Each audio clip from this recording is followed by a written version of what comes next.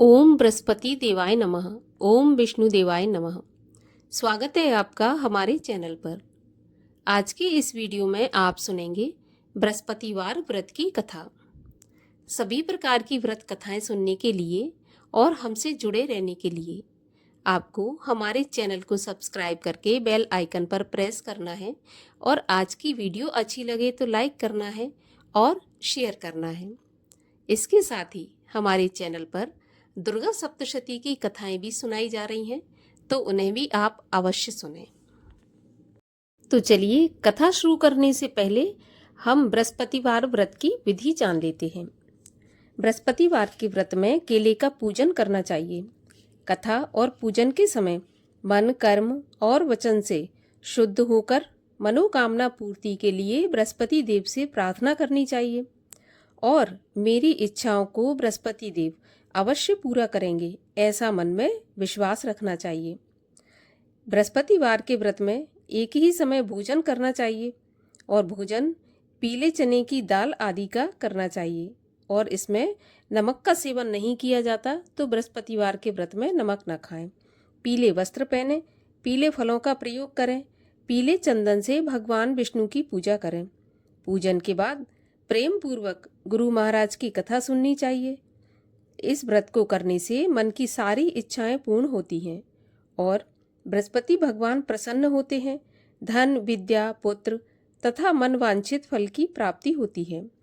परिवार में सुख तथा शांति रहती है। इसीलिए यह व्रत सर्वश्रेष्ठ और अति फलदायक बताया गया है। बृहस्पतिवार की कथा के अनुसार प्राचीन समय की बात है कि भारत में एक राजा राज्य करता था। वह बड़ा प्रतापी और दानी था। वह नित्य प्रति मंदिर में भगवत दर्शन करने जाता था। ब्राह्मण और गुरु की सेवा किया करता था। उसके द्वार से कोई भी याचक निराश होकर नहीं लौटता था। वह प्रत्येक गुरुवार को व्रत रखता एवं पूजन करता था। हर दिन गरीबों की सहायता करता था, परंतु ये सब बातें उसकी रानी को अच्छी नहीं लगती थी। वह न व्रत करती और न किसी को एक भी पैसा दान में देती थी। वह राजा से भी ऐसा करने को मना किया करती थी। एक समय की बात है, राजा शिकार खेलने वन को चले गए। घर पर रानी और दासी थी। उसी समय गुरु बृहस्पति देव साधु का रूप धारण कर राजा के दरवाजे पर भिक्षा मांगने आए। साधु ने रानी से भिक्षा मांगी तो वह कहने लगी, हे साधु महाराज, मैं इस दान पुण्य से तंग आ गई हूँ। इस कार्य के लिए तो मेरे पति देवी बहुत हैं। अब आप ऐसी कृपा करें कि सारा धन नष्ट हो जाए और मैं आराम से रह सकूं। साधु रूपी बृहस्पति देव ने कहा, देवी, तुम तो बड़ी विचित्र हो। संतान और धन से कोई दुखी नहीं होता। पापी भी पुत्र और धन की इच्छा करता है। अगर तुम्हारे पास धन अधिक है तो भूखे मनुष्यों को भोजन कराओ, प्याऊ लगवाओ, ब्राह्मणों को दान दो, धर्मशालाएं बनवाओ, कुआं, तालाब, बावड़ी, बाग, बगीचों आदि का निर्माण कराओ तथा निर्धनों की कुंवारी कन्याओं का विवाह कराओ। साथ ही यज्ञ आदि करो। इस प्रकार के कर्मों से आपके कुल का और आपका नाम परलोक में सार्थक होगा एवं स्वर्ग की प्राप्ति होगी। परंतु रानी साधु की इन बातों से खुश नहीं हुई। उसने कहा, हे साधु महाराज, मुझे ऐसे धन की आवश्यकता नहीं जिसको मैं अन्य लोगों को दान दूं तथा जिसको रखने और संभालने में ही मेरा सारा समय नष्ट हो जाए। साधु ने कहा, हे देवी, यदि तुम्हारी ऐसी इच्छा है तो जैसा मैं तुम्हें बताता हूँ तुम वैसा ही करना। बृहस्पतिवार के दिन घर को गोबर से लीपना, अपने केशों को पीली मिट्टी से धोना, केशों को धोते समय स्नान करना, राजा से कहना वह हजामत करवाए, भोजन में मांस मदिरा खाना, कपड़ा धोबी के यहाँ धुलने डालना। इस प्रकार 7 बृहस्पतिवार करने से तुम्हारा सारा धन नष्ट हो जाएगा। यह कहकर साधु महाराज अंतर्ध्यान हो गए। रानी ने साधु के कहने के अनुसार 7 बृहस्पतिवार वैसा ही करने का विचार किया। साधु के बताए अनुसार करते हुए केवल 3 बृहस्पतिवार ही बीते थे कि उसकी समस्त धन संपत्ति नष्ट हो गई। भोजन के लिए दोनों समय परिवार तरसने लगा तथा सांसारिक भोगों से दुखी रहने लगा। तब वह राजा रानी से कहने लगा कि हे रानी, तुम यहाँ पर रहो, मैं दूसरे देश को जाता हूँ, क्योंकि यहाँ पर मुझे सभी मनुष्य जानते हैं, इसलिए मैं यहाँ कोई कार्य नहीं कर सकता। देश चोरी परदेश भीख बराबर है। ऐसा कहकर राजा परदेश चला गया। वहाँ जंगल से लकड़ी काटकर लाता और शहर में बेचता। इस तरह जीवन व्यतीत करने लगा। इधर राजा के बिना रानी और दासियां दुखी रहने लगी। किसी दिन भोजन मिलता और किसी दिन जल पीकर ही रह जाती। एक समय रानी और दासियों को 7 दिन बिना भोजन के व्यतीत हो गए। तो रानी ने अपनी दासी से कहा कि हे दासी, यह पासी के नगर में मेरी बहन रहती है, वह बड़ी धनवान है, तू उसके पास जा और वहां से 5 सेर बेझर मांग कर ले आ, जिससे कुछ समय के लिए गुजर हो जाएगी। दासी रानी की बहन के पास गई। रानी की बहन उस समय पूजा कर रही थी। बृहस्पतिवार का दिन था। दासी ने रानी की बहन से कहा, हे रानी, मुझे आपकी बहन ने भेजा है, मुझे 5 सेर बेझर दे दो। दासी ने यह बात अनेक बार कही, परंतु रानी की बहन ने कोई उत्तर नहीं दिया, क्योंकि वह उस समय बृहस्पतिवार की कथा सुन रही थी। जब दासी को रानी की बहन से कोई उत्तर नहीं मिला तो वह बहुत दुखी हुई।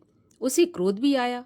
वह लौटकर रानी से बोली, हे रानी, आपकी बहन बहुत ही धनी स्त्री है, छोटे लोगों से बात भी नहीं करती। मैंने उससे कहा तो उसने कोई उत्तर नहीं दिया। मैं वापस चली आई। रानी बोली, हे दासी, इसमें उसका कोई दोष नहीं है। जब बुरे दिन आते हैं तब कोई सहारा नहीं देता। अच्छे बुरे का पता विपत्ति में ही लगता है। जो ईश्वर की इच्छा होगी वही होगा। यह सब तो हमारे भाग्य का दोष है। उधर रानी की बहन ने सोचा कि मेरी बहन की दासी आई थी, परंतु मैं उससे नहीं बोली। इससे वह बहुत दुखी हुई होगी। कथा सुन और विष्णु भगवान का पूजन समाप्त कर वह अपनी बहन के घर आई और कहने लगी, हे बहन, मैं बृहस्पतिवार का व्रत कर रही थी। तुम्हारी दासी गई, परंतु जब तक कथा होती है तब तक ना उठते हैं और ना बोलते हैं, इसीलिए मैं नहीं बोली। कहो दासी, क्यों गई थी? रानी बोली, बहन, हमारे घर अनाज नहीं था। वैसे तुमसे कोई बात छुपी नहीं है, इस कारण मैंने दासी को तुम्हारे पास 5 सेर बेझर लेने के लिए भेजा था। रानी की बहन बोली, बहन देखो, बृहस्पति भगवान सबकी मनोकामना पूरी करते हैं। देखो, शायद तुम्हारे घर में अनाज रखा हो। यह सुनकर दासी घर के अंदर गई तो वहां उसे एक घड़ा बेजर का भरा मिल गया। उसे बड़ी हैरानी हुई, क्योंकि उसने एक एक बर्तन देख लिया था। उसने बाहर आकर रानी को बताया। दासी अपनी रानी से कहने लगी, हे रानी, देखो, वैसे हमको जब अन्न नहीं मिलता तो हम रोज ही व्रत करते हैं। अगर इनसे व्रत की विधि और कथा पूछ ली जाए तो उसे हम भी किया करेंगे। दासी के कहने पर रानी ने अपनी बहन से बृहस्पतिवार व्रत के बारे में पूछा। उसकी बहन ने बताया, बृहस्पतिवार के व्रत में चने की दाल और मुनक्का से विष्णु भगवान का केले की जड़ में पूजन करें तथा दीपक जलाएं, पीला भोजन करें तथा कथा सुनें। इस प्रकार करने से गुरु भगवान प्रसन्न होते हैं, अन्न पुत्र धन देते हैं, मनोकामना पूरी करते हैं। व्रत और पूजन की विधि बताकर रानी की बहन अपने घर लौट गई। रानी और दासी दोनों ने निश्चय किया कि बृहस्पति भगवान का पूजन अवश्य करेंगी। 7 रोज बाद जब बृहस्पतिवार आया तो उन्होंने व्रत रखा। घुड़साल में जाकर चना और गुड़ बीन लाई तथा उसकी दाल से केले की जड़ तथा विष्णु भगवान का पूजन किया। अब भोजन पीला कहाँ से आए? दोनों बड़ी दुखी हुई, परंतु उन्होंने व्रत किया था, इस कारण बृहस्पति भगवान प्रसन्न थे। एक साधारण व्यक्ति के रूप में वे 2 थालों में सुंदर पीला भोजन लेकर आए और दासी को देकर बोले, हे दासी, यह भोजन तुम्हारे और रानी के लिए है, तुम दोनों करना। दासी भोजन पाकर बड़ी प्रसन्न हुई और रानी से बोली, रानी जी, भोजन कर लो।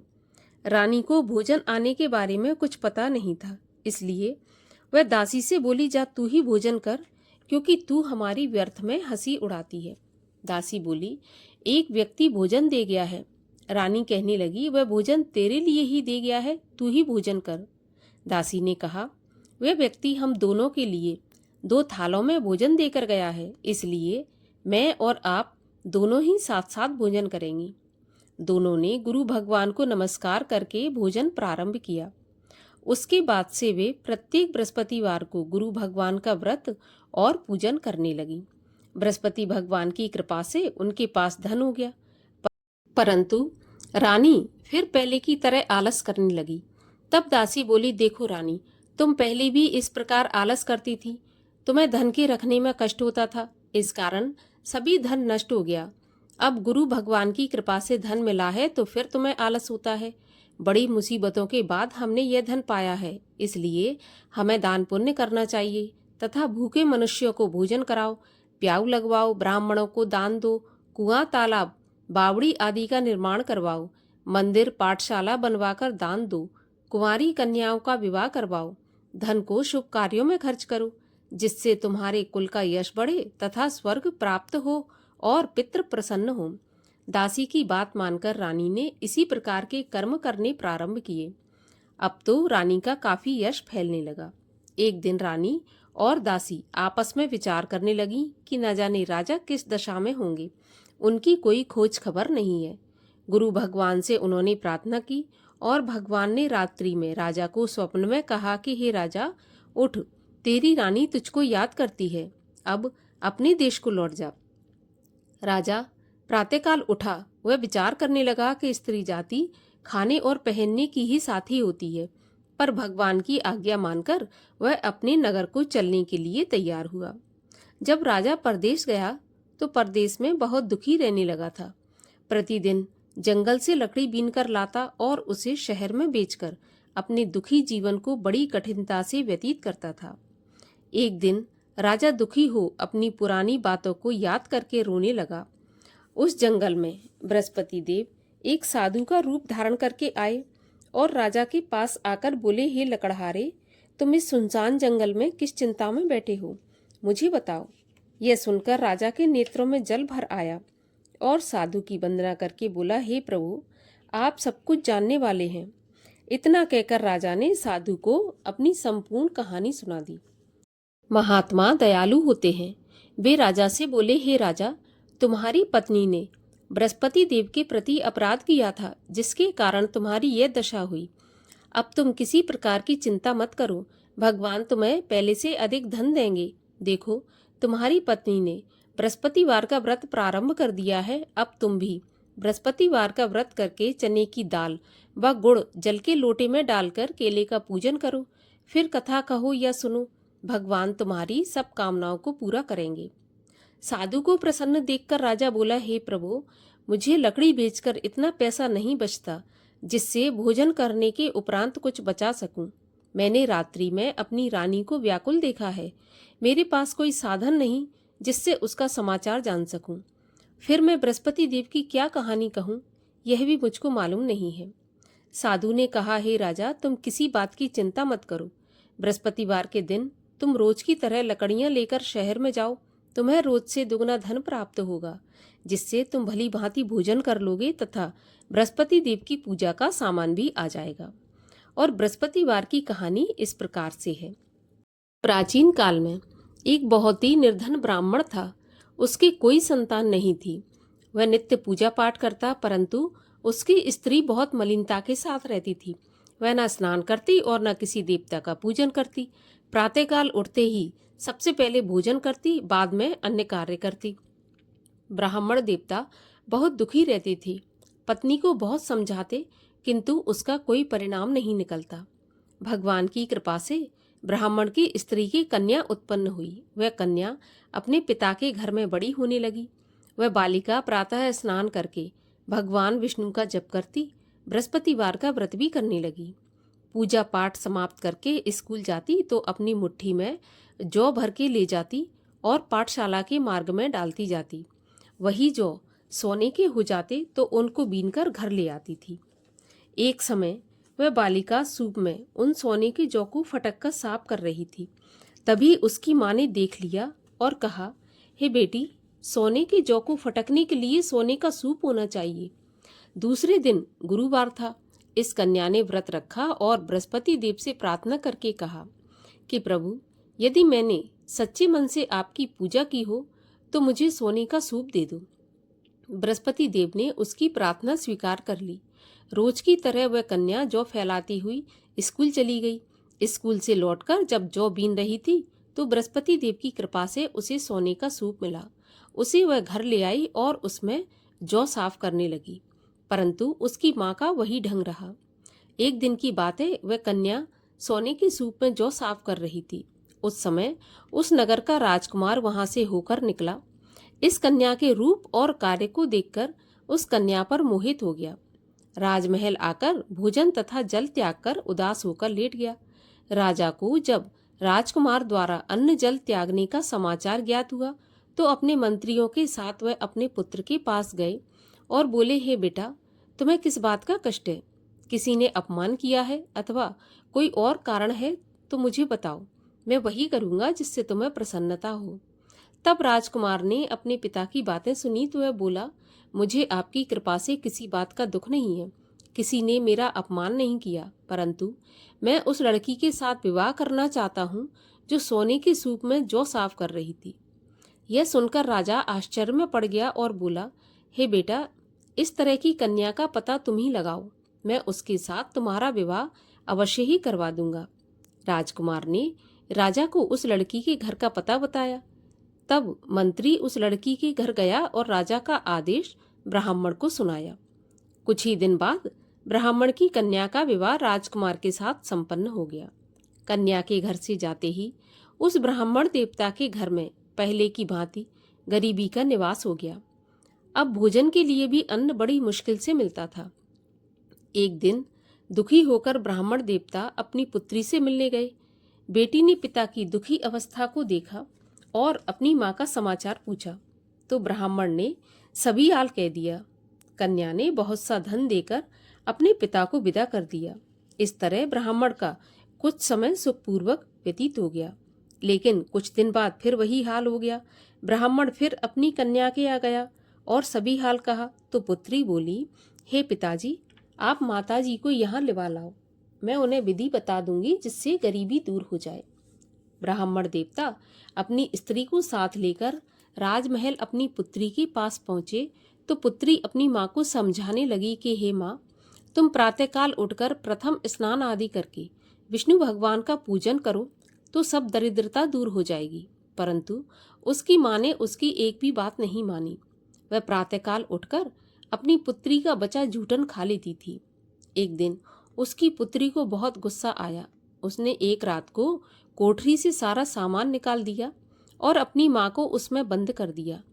प्रातःकाल उसमें से उसे निकाला तथा स्नान आदि करा के पूजा पाठ करवाया तो उसकी माँ की बुद्धि ठीक हो गई। इसके बाद वह नियम से पूजा पाठ करती और प्रत्येक बृहस्पतिवार को व्रत रखने लगी।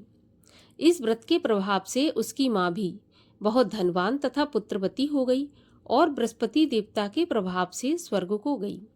वह ब्राह्मण भी सुखपूर्वक इस लोक का सुख भोग कर स्वर्ग को प्राप्त हुआ। इस तरह कहानी कहकर साधु देवता वहां से अंतर्ध्यान हो गए। धीरे धीरे समय व्यतीत होने पर फिर बृहस्पतिवार का दिन आया। राजा जंगल से लकड़ी काटकर किसी शहर में बेचने गया। उसे उस दिन और दिनों से अधिक धन मिला। राजा ने चना गुड़ आदि लाकर गुरुवार का व्रत किया। उस दिन से उसके सभी क्लेश दूर हुए, परंतु जब अगला गुरुवार आया तो वह व्रत करना भूल गया। इस कारण बृहस्पति भगवान नाराज हो गए। उस दिन उस नगर के राजा ने विशाल यज्ञ का आयोजन किया तथा अपने समस्त राज्य में घोषणा करवा दी कि कोई भी मनुष्य अपने घर भोजन न बनाए तथा आग भी न जलाए। समस्त जनता मेरे यहाँ भोजन करने आई और इस आज्ञा को जो नहीं मानेगा उसको फांसी की सजा दी जाएगी। राजा की आज्ञा के अनुसार राज्य के सभी वासी राजा के भोज में सम्मिलित हुए, लेकिन लकड़हारा कुछ देर से पहुंचा, इसलिए राजा उसको अपने साथ महल में ले गए। जब राजा लकड़हारे को भोजन करा रहे थे तो रानी की दृष्टि उस खूंटी पर पड़ी जिस पर उसका हार लटका हुआ था। उसे हार खूंटी पर लटका दिखाई नहीं दिया तो रानी को निश्चय हो गया कि मेरा हार इस लकड़हारे ने चुरा लिया है। उसी समय सैनिक बुलवाकर उसको जेल खाने में डलवा दिया। जब लकड़हारा जेल खाने में गया तो बहुत दुखी होकर विचार करने लगा कि न जाने कौन से पूर्व जन्म के कर्म से मुझे यह दुख प्राप्त हुआ है, और उसी साधु को याद करने लगा जो कि जंगल में मिला था। तत्काल बृहस्पति देव साधु के रूप में प्रकट हो गए और उसकी दशा को देखकर कहने लगे, अरे मूर्ख, तूने बृहस्पति देवता की कथा नहीं की, इसी कारण तुझे दुख प्राप्त हुआ है। अब चिंता मत कर, बृहस्पतिवार के दिन जेल खाने के दरवाजे पर 4 पैसे पड़े मिलेंगे, उनसे तू बृहस्पति देव की पूजा करना तो तेरे सभी कष्ट दूर हो जाएंगे। अगले बृहस्पतिवार उसे जेल के द्वार पर 4 पैसे मिले। राजा ने पूजा का सामान मंगवाकर कथा कही और प्रसाद बांटा। उसी रात्रि को बृहस्पति देव ने उस नगर के राजा को स्वप्न में कहा कि हे राजा, तूने जिस आदमी को जेल खाने में बंद कर दिया है वह निर्दोष है, वह राजा है, उसे छोड़ देना। रानी का हार उसी खूंटी पर लटका हुआ है। अगर तू ऐसा नहीं करेगा तो मैं तेरे राज्य को नष्ट कर दूंगा। राजा प्रातःकाल उठा और खूंटी पर हार टंगा देखकर लकड़हारे को बुलाकर क्षमा मांगी तथा राजा के योग्य सुंदर वस्त्र आभूषण भेंट कर उसे विदा किया। गुरुदेव की आज्ञा के अनुसार राजा अपने नगर को चल दिया। राजा जब नगर के निकट पहुंचा तो उसे बड़ा आश्चर्य हुआ। नगर में पहले से अधिक बाग, तालाब, कुएं तथा बहुत सी धर्मशालाएं, मंदिर आदि बने हुए थे। राजा ने पूछा, यह किसका बाग और धर्मशाला है? तब नगर के सब लोग कहने लगे, यह सब रानी और दासी के द्वारा बनवाए गए हैं। राजा को आश्चर्य हुआ और गुस्सा भी आया। जब रानी ने खबर सुनी कि राजा आ रहे हैं तो उसने अपनी दासी से कहा कि दासी, देख राजा हमको कितनी बुरी हालत में छोड़ गए थे। हमारी ऐसी हालत देखकर वह लौट न जाए, इसलिए तू दरवाजे पर खड़ी हो जा। तो रानी की आज्ञा के अनुसार दासी दरवाजे पर खड़ी हो गई। जब राजा आए तो उन्हें अपने साथ महल में लिवा लाई। तब राजा ने क्रोध करके अपनी तलवार निकाली और पूछने लगा, बताओ यह धन तुम्हें कैसे प्राप्त हुआ है? तब रानी ने बताया, हमें यह धन बृहस्पति देव के व्रत के प्रभाव से प्राप्त हुआ है। राजा ने निश्चय किया कि 7 रोज बाद तो सभी बृहस्पति देव का पूजन करते हैं, परंतु मैं रोजाना दिन में 3 बार कथा कहा करूंगा तथा रोज व्रत किया करूंगा। अब हर समय राजा के दुपट्टे में चने की दाल बंधी रहती तथा दिन में 3 बार कथा कहता। एक रोज राजा ने विचार किया कि चलो अपनी बहन के यहाँ हो आऊं। इस तरह निश्चय कर राजा घोड़े पर सवार हो अपनी बहन के यहाँ चल दिया। मार्ग में उसने देखा कि कुछ आदमी एक मुर्दे को लिए जा रहे हैं। उन्हें रोककर राजा कहने लगा, अरे भाइयों, मेरी बृहस्पति देव की कथा सुन लो। वे बोले, लो, हमारा तो आदमी मर गया, इसको अपनी कथा की पड़ी है। परंतु कुछ आदमी बोले, अच्छा कहो, हम तुम्हारी कथा भी सुनेंगे। राजा ने दाल निकाली और कथा कहनी शुरू कर दी। जब कथा आधी हुई थी तो मुर्दा हिलने लगा और जब कथा समाप्त हुई तो राम राम करके वह मुर्दा उठकर खड़ा हो गया। राजा आगे बढ़ा। उसे चलते चलते शाम हो गई। आगे मार्ग में उसे किसान खेत में हल चलाता मिला। राजा उससे बोला, अरे भैया, तुम मेरी बृहस्पतिवार की कथा सुन लो। किसान बोला, जब तक मैं तेरी कथा सुनूंगा तब तक 4 हरैया जोत लूंगा। जा अपनी कथा किसी और को सुनाना। राजा आगे चलने लगा। राजा के हटते ही बैल पछाड़ खाकर गिर गए तथा किसान के पेट में बहुत जोर से दर्द होने लगा। उसी समय किसान की पत्नी रोटी लेकर आई। उसने जब यह देखा तो अपने पुत्र से सब हाल पूछा और बेटे ने सभी हाल बता दिया। तो बुढ़िया दौड़ी दौड़ी उस घुड़सवार के पास गई और उससे बोली, मैं तेरी कथा सुनूंगी, तू अपनी कथा मेरे खेत पर चलकर ही कहना। राजा ने लौटकर बुढ़िया के खेत पर जाकर कथा कही, जिसके सुनते ही बैल खड़े हो गए तथा किसान के पेट का दर्द भी बंद हो गया। राजा अपनी बहन के घर पहुंच गया। बहन ने भाई की खूब मेहमानी की। दूसरे दिन सुबह राजा जगा तो वह देखने लगा कि सब लोग भोजन कर रहे हैं। राजा ने अपनी बहन से पूछा, ऐसा कोई मनुष्य है जिसने भोजन नहीं किया हो, जो मेरी बृहस्पतिवार की कथा सुन ले? तो बहन बोली, भैया, यह देश ऐसा ही है। पहले यहाँ के लोग भोजन करते हैं, बाद में अन्य काम करते हैं। अगर कोई पड़ोस में हो तो मैं देखकर आती हूँ। ऐसा कहकर बहन देखने चली गई, परंतु उसे कोई भी ऐसा व्यक्ति नहीं मिला जिसने भोजन नहीं किया हो। वह एक कुम्हार के घर गई जिसका लड़का बीमार था। उसे मालूम हुआ कि उसके यहाँ 3 दिन से किसी ने भोजन नहीं किया।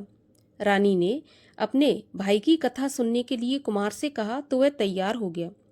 राजा ने जाकर बृहस्पतिवार की कथा कही, जिसको सुनकर उसका लड़का ठीक हो गया। अब तो राजा की प्रशंसा होने लगी। एक दिन राजा ने अपनी बहन से कहा कि बहन, मैं अपने घर को जाऊंगा, तुम भी तैयार हो जाओ। राजा की बहन ने अपनी सास से कहा। सास ने कहा, हाँ चली जा, परंतु अपने लड़कों को मत ले जाना, क्योंकि तेरे भाई के तो कोई संतान नहीं है। बहन ने अपने भाई से कहा, भैया, मैं तो चलूंगी पर कोई बालक नहीं जाएगा। राजा ने कहा, जब कोई बालक नहीं चलेगा तो तुम क्या करोगी? बड़े दुखी मन से राजा अपने नगर को लौट आया। राजा ने अपनी रानी से कहा, हम निर्वंशी राजा हैं, हमारा मुंह देखने का भी धर्म नहीं है। और राजा बिना भोजन किए ही शैया पर लेट गया। तब रानी बोली, हे प्रभु, बृहस्पति देव ने हमें सब कुछ दिया है, वे हमें संतान भी अवश्य देंगे। उसी रात को बृहस्पति देव ने राजा से सपने में कहा कि राजा उठ, सभी सोच त्याग दे, तेरी रानी गर्भवती है। राजा को यह जानकर बड़ी खुशी हुई।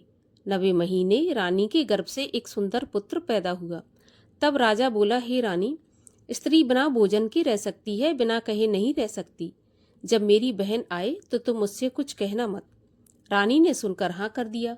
जब राजा की बहन ने यह शुभ समाचार सुना तो बहुत खुश हुई तथा बधाई लेकर अपने भाई के यहाँ आई। तभी रानी ने कहा, घोड़ा चढ़ाकर नहीं आई, गधा चढ़ी आई। राजा की बहन बोली, भाभी, मैं इस प्रकार न कहती तो तुम्हें औलाद कैसे मिलती? बृहस्पति देव ऐसे ही हैं, जैसी जिसके मन में कामना है सभी को पूर्ण करते हैं। जो सद्भावना पूर्वक बृहस्पतिवार का व्रत करता है एवं कथा पढ़ता है अथवा सुनता है और दूसरों को सुनाता है, बृहस्पति देव उसकी सभी मनोकामना पूरी करते हैं। भगवान बृहस्पति देव उनकी सदैव रक्षा करते हैं। जो संसार में सद्भावना से गुरुदेव का पूजन एवं व्रत सच्चे हृदय से करते हैं, उनकी सभी मनोकामनाएं पूरी होती हैं। जैसी सच्ची भावना से रानी और राजा ने बृहस्पति देव की कथा का गुणगान किया तो उनकी सभी इच्छाएं बृहस्पति देव ने पूर्ण की थी। इसलिए सबको कथा सुनने के बाद प्रसाद लेकर जाना चाहिए। हृदय से उनका मनन करते हुए जयकारा बोलना चाहिए। बोलिए बृहस्पति भगवान की जय। बृहस्पति देव की आरती। ओम जय बृहस्पति देवा, स्वामी जय बृहस्पति देवा। छिन छिन भोग लगाऊं, कदली फल मेवा। ओम जय बृहस्पति देवा। तुम पूर्ण परमात्मा, तुम अंतर्यामी, जगत पिता जगदीश्वर, तुम सबके स्वामी। ओम जय बृहस्पति देवा। चरणामृत निज निर्मल, सब पातक हरता, सकल मनोरथ दायक, कृपा करो भरता। ओम जय बृहस्पति देवा। तन मन धन अर्पण कर, जो जन शरण पड़े, प्रभु प्रकट तब हो कर, आकर द्वार खड़े। ओम जय बृहस्पति देवा। दीन दयाल दयानिधि, भक्तन हितकारी, पाप दोष सब हरता, भव बंधन हारी। ओम जय बृहस्पति देवा। सकल मनोरथ दायक, सब संशय हारो, विषय विकार मिटाओ, संतन सुखकारी। ओम जय बृहस्पति देवा। जो कोई आरती तेरी प्रेम सहित गावे, जेठानंद आनंद कर, सो निश्चय पावे। ओम जय बृहस्पति देवा। बोलो विष्णु भगवान की जय। बोलो बृहस्पति भगवान की जय।